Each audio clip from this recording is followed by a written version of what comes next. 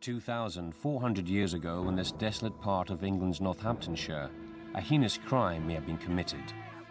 A woman was buried, possibly still alive, seemingly with her arms and legs tightly bound and with a strange metal collar around her neck. Andy Chapman was determined to get to the bottom of this ancient mystery. Well, this is now just a muddy field again, and there's no sign that we were here. But 4 years ago, all this was stripped down to the bare subsoil, and this is where we found the burial.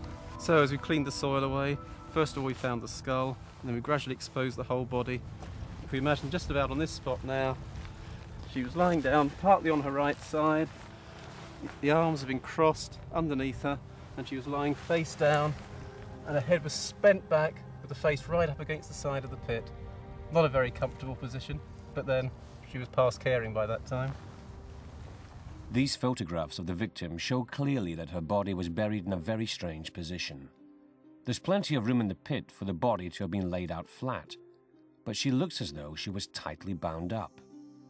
Now, this wasn't the only case of an unaged body being buried crunched up in this way, but this was the only known example in the area. And the position of her head suggested that she was alive and struggling for breath. It's a very uncomfortable position. I hope she wasn't alive when she went in.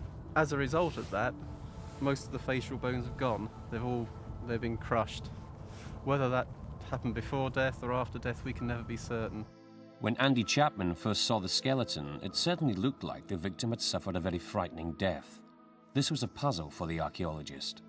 The local press got very excited about the find. Journalists concluded that the body must be that of a witch. After all, she may have been buried alive, tightly bound, and wearing a weird neck ring.